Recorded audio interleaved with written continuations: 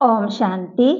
अव्यक्त बाप दादा के महावाक्य 25 फरवरी 2024 की बाबा ने कहा, अव्यक्त बाप दादा के महावाक्य बाबा कहे, सर्व प्राप्तियों की स्मृति इमर्ज कर अचल स्थिति का अनुभव करो और जीवन मुक्त बनो। सर्व प्राप्तियों की स्मृति इमर्ज कर अचल स्थिति का अनुभव करो और जीवन मुक्त बनो। बाबा कहती, जो हम बच्चों को प्राप्तियां हुई हैं उसको स्मृति में रखो। आज भाग्य विधाता बाप अपने विश्व के सर्वश्रेष्ठ भाग्यवान बच्चों को देख रहे हैं। हर एक बच्चे के भाग्य की महिमा स्वयं भगवान गा रहे हैं। बाप की महिमा तो आत्मा गाती है, लेकिन आप बच्चों की महिमा स्वयं बाप करते हैं। ऐसे कभी स्वप्न में भी सोचा कि हमारा इतना श्रेष्ठ भाग्य बना हुआ है, लेकिन बना हुआ था, बन गया। दुनिया के लोग कहते हैं भगवान ने हमको रचा, लेकिन ना भगवान का पता है ना रचना का पता है। आप हर एक भाग्यवान बच्चा अनुभव और खुशी से कहते हो कि हम शिववंशी ब्रह्मा कुमार ब्रह्मा कुमारियां हैं। हमको मालूम है कि हमें बाप दादा ने कैसे रचा। चाहे छोटा बच्चा है, चाहे बुजुर्ग है, चाहे पांडव है, चाहे कुमार है, चाहे कुमारियां हैं, शक्तियां हैं, किसी से भी पूछेंगे आपका बाप कौन है तो क्या कहेंगे? फलक से कहेंगे ना कि हमको शिव बाप ने ब्रह्मा बाप द्वारा रचा, इसलिए हम भगवान के बच्चे हैं, भगवान से डायरेक्ट मिलते हैं। ना सिर्फ परम आत्मा व भगवान हमारा बाप है, लेकिन वह बाप भी है, शिक्षक भी है और सतगुरु भी है। सबको ये नशा है? तो बाबा पूछ रहे हैं कि सभी ने ताली बजाई। एक हाथ की ताली बजाना अभी ये भी एक्सरसाइज बुजुर्गों को सिखानी पड़ेगी। बच्चों को खुश देख बाप दादा भी खुशी में झूलते हैं और सदा कहते हैं, वाह मेरे हर एक श्रेष्ठ भाग्यवान विशेष आत्माएं, बाप के रूप में परमात्म पालना का अनुभव कर रहे हो। ये परमात्म पालना सारे कल्प में सिर्फ इस ब्राह्मण जन्म में आप बच्चों को प्राप्त होती है। जिस परमात्म पालना में आत्मा को सर्व प्राप्तियां स्वरूप अनुभव होता है। परमात्म प्यार सब संबंधों का अनुभव कराता है। परमात्म प्यार अपने देह भान को भी भुला देता है, साथ साथ अनेक स्वार्थ के प्यार को भी भुला देता है। ऐसे परमात्म प्यार परमात्म पालना के अंदर पलने वाली भाग्यवान आत्मा हो। कितना आप आत्माओं का भाग्य है जो स्वयं बाप अपने वतन को छोड़ आप गॉडली स्टूडेंट को पढ़ाने आते हैं। ऐसा कोई टीचर देखा जो रोज सवेरे सवेरे दूर देश से पढ़ाने के लिए आए? ऐसा टीचर कभी देखा? लेकिन आप बच्चों के लिए रोज बाप शिक्षक बन आपके पास पढ़ाने आते हैं और कितना सहज पढ़ाते हैं। 2 शब्दों की पढ़ाई है, आप और बाप। इन्हीं 2 शब्दों में चक्कर कहो, ड्रामा कहो, कलवृक्ष कहो, सारी नॉलेज समाई हुई है। और पढ़ाई में भी कितना दिमाग पर बोझ पड़ता है और बाप की पढ़ाई से दिमाग हल्का बन जाता है। हल्के की निशानी है ऊंचा उड़ना। हल्की चीज हमेशा ऊंची होती है, तो इस पढ़ाई से मन बुद्धि उड़ती कला का अनुभव करती है, तो दिमाग हल्का हुआ ना, तीनों लोगों की नॉलेज मिल जाती है। तो ऐसी पढ़ाई सारे कल्प में कोई ने नहीं पढ़ी, कोई पढ़ाने वाला ऐसा मिला तो भाग्य है ना। फिर सतगुरु द्वारा श्रीमत ऐसी मिलती है जो सदा के लिए क्या करूं, कैसे चलूं, ऐसे करूं या नहीं करूं, क्या होगा, ये सब क्वेश्चन समाप्त हो जाते हैं। क्या करूं, कैसे करूं, ऐसे करूं या वैसे करूं, इन सब क्वेश्चनों का एक शब्द में जवाब है, फॉलो फादर। साकार कर्म में ब्रह्मा बाप को फॉलो करो, निराकारी स्थिति में अशरीरी बनने में शिव बाप को फॉलो करो। दोनों बाप और दादा को फॉलो करना अर्थात क्वेश्चन मार्क समाप्त होना व श्रीमत पर चलना, ये मुश्किल है। पूछने की आवश्यकता पड़ती है क्या? कॉपी करना, अपना अपना दिमाग नहीं चलाना, बासमान बनना अर्थात फॉलो फादर करना मुश्किल है जो सहज है। सहज है ना? बाप कहते 30 साल वाले हाथ उठाओ। अच्छा, 30 साल में मुश्किल लगा जो सहज है। अभी देखो 30 साल वालों को भी सहज लगा, तो आप जो पीछे पीछे आए उन्हों के लिए मुश्किल है जो सहज है। सहज है ना? बाबा कहते गर्मी के कारण सभी के हाथ में रंग बिरंगी पंखे हैं जो हिला रहे हैं। अच्छा है, पंखों की रिमझिम भी अच्छी लग रही है, सीन अच्छी है, नवीनता होनी चाहिए। तो इस ग्रुप की ये नवीनता है, ये भी टीवी में आ गया। अच्छा है, सभी भाग भाग पर पहुंच गए। बाप दादा भी स्नेह की मुबारक देते हैं। देखो, और जो भी हद के गुरु होते हैं कितने वरदान देते हैं, 1 या 10 ज्यादा नहीं देते, लेकिन आपको सदगुरु द्वारा रोज वरदान मिलता है। ऐसा गुरु कब देखा है? नहीं देखा ना? आप लोगों ने ही देखा, लेकिन कलब कलब देखा। तो सदा अपने भाग्य की प्राप्तियों को सामने रखो। सदा बुद्धि में मर्ज नहीं रखो, इमर्ज रखो। बाप कहते मर्ज रखने के संस्कार को बदलकर इमर्ज करो। भूल ना जाओ, याद रखो। अपनी प्राप्तियों की लिस्ट सदा बुद्धि में इमर्ज रखो, सामने रखो। जब प्राप्तियों की लिस्ट होगी तो किसी भी प्रकार का विघ्न वार नहीं करेगा और प्राप्तियां सदा ही सामने आएंगी, स्मृति में रहेंगी।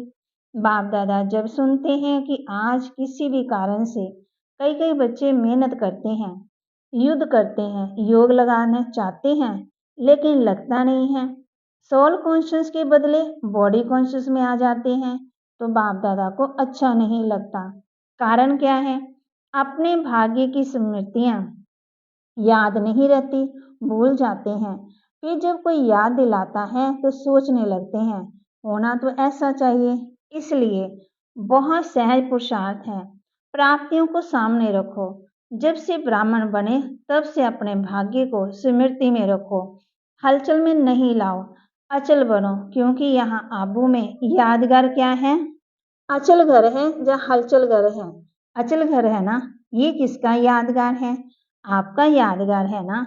तो जब भी कोई सूक्ष्म पुरुषार्थ का मार्ग मुश्किल लगे, बुद्धि ज्यादा हलचल में हो, तो अपने यादगार को स्मृति में लाओ। कई बार बच्चे ज्ञान की पॉइंट बोलते भी हैं कि मैं आत्मा हूँ, ड्रामा है, ये तो विघन है, ये तो साइड सीन है। बोलते भी रहते लेकिन हिलते भी रहते, हिलते हिलते बोलते रहते। जब ऐसी बुद्धि बन जाए तो अचल नहीं हो सके। तो मधुबन का अचलगर याद रखो। ये तो स्थूल चीज है, सूक्ष्म तो नहीं है, आंखों से देखने की चीज है। मेरा यादगार अचल घर है, हलचल घर नहीं। क्योंकि बाप दादा इस वर्ष को सर्व बच्चों के प्रति मुक्ति वर्ष मनाना चाहते हैं। ऐसा नहीं हो कि हाथ उठाओ तो कोई उठे, कोई का ना उठे, नहीं। सभी खुशी खुशी से हाथ की ताली बजाएं। सभी बजाने लगे, चलो अभी आज बजा दी तो ठीक है, लेकिन ऐसे ही बाप दादा इस वर्ष की समाप्ति की में इतनी जोर से ताली बजाते देखें। अभी तो बजाई अच्छा है, लेकिन तब भी बजाना, बजाएंगे ना? देखो हाथ की ताली बजा के तो खुश कर दिया, लेकिन बाप दादा नए वर्ष में जो अपना बागते 18 जनवरी विशेष ब्रह्मा बाप के शरीर से मुक्त होने का दिन है। तो 18 जनवरी में बाप दादा फिर हाथ उठाएगा, फिर मुक्ति वर्ष मनाया जैसे सोचा। मनाना मनाना है ना? सोचते तो नहीं है, रह गए। स्वरूप में लाया, सोचते सोचते लास्ट में सोचते रहेंगे। ये रिजल्ट बाप दादा देखना चाहते हैं, दिखाएंगे ना? अच्छा, याद रहेगा ना? प्राप्तियों को सामने रखो, बाप की याद के साथ बाप ने जो दिया वह भी याद रहे, क्या बनाया और क्या मिला। बाप दादा इस वर्ष के बाद हर बच्चे को जीवन मुक्त स्थिति में देखेंगे। भविष्य में जीवन मुक्त होंगे, लेकिन संस्कार जीवन मुक्त के सभी के इमर्ज करने हैं और निरंतर कर्मयोगी, निरंतर सहयोगी, निरंतर मुक्त आत्मा के संस्कार अभी से अनुभव में लाओ। क्यों? बाप दादा ने पहले भी इशारा दिया है कि समय का परिवर्तन आप विश्व परिवर्तन आत्माओं के लिए इंतजार कर रहा है। प्रकृति आप प्रकृति पति आत्माओं का विजय का हार लेके आह्वान कर रही है।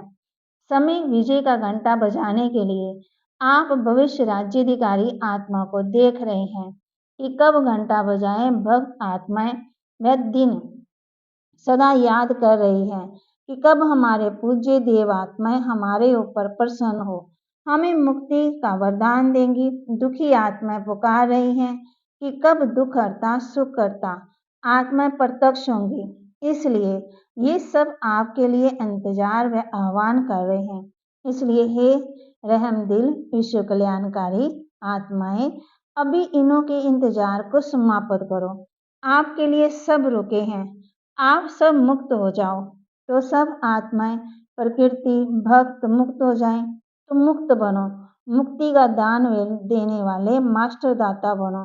अभी विश्व परिवर्तन की जिम्मेवारी के ताजधारी आत्माएं बनो। जिम्मेवार हो ना, बाप के साथ मददगार हो। क्या आपको रहम नहीं आता? दिल में दुख के विलाप महसूस नहीं होते? हे विश्व परिवर्तक आत्माएं, अभी अपनी जिम्मेवारी की ताजपोशी मनाओ।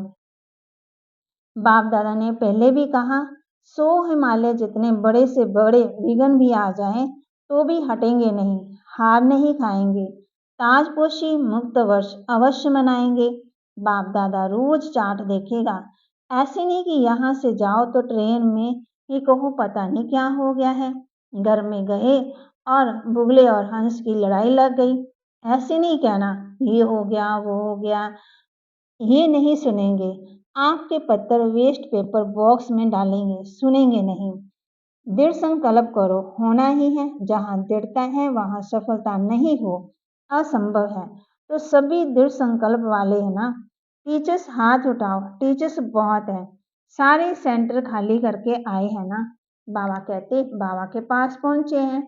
देखो एक खुशखबरी सुनाते हैं। बाप दादा ने देखा, अब भी देखा, सुना है कि सब मधुबन वालों ने अपने परिवर्तन का लक्ष्य बहुत अच्छा रखा है।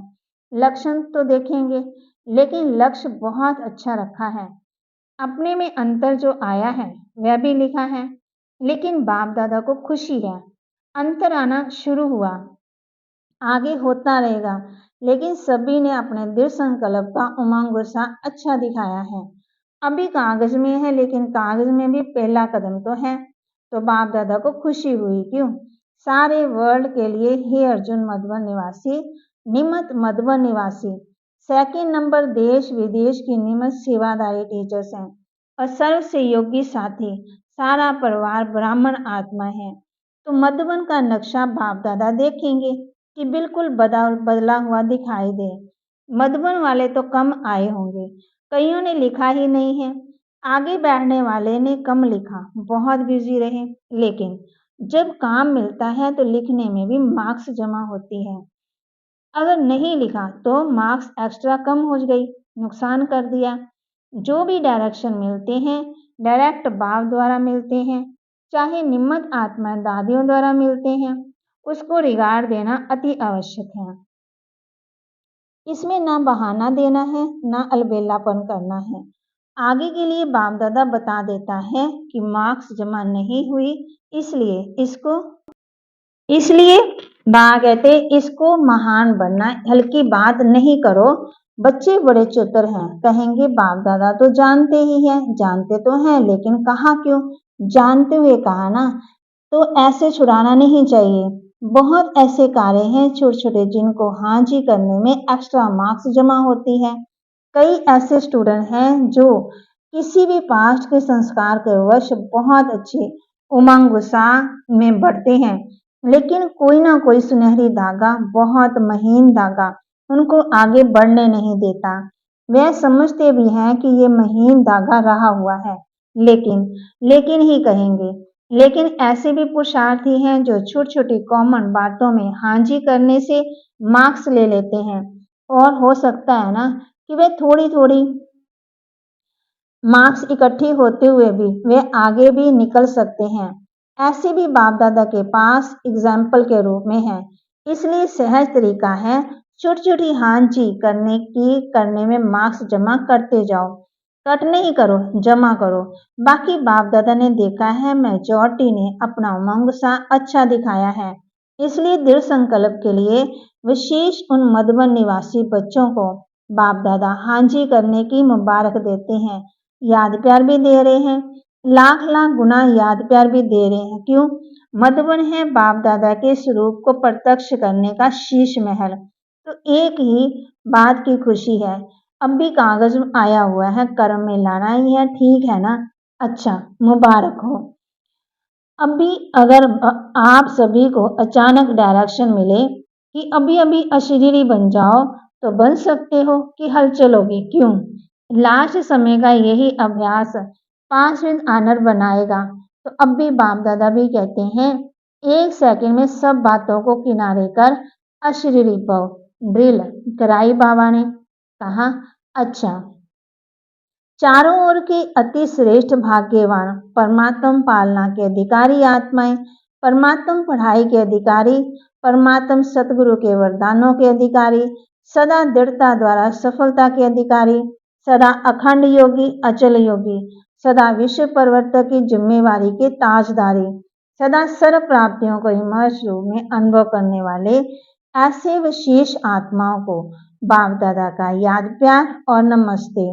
रूहानी बच्चों के रूहानी बाप दादा को दिलवा जान सिकवा प्रेम से नमस्ते। अभी मुक्त वर्ष में नंबर 1 मधुबन निवासी, ठीक है?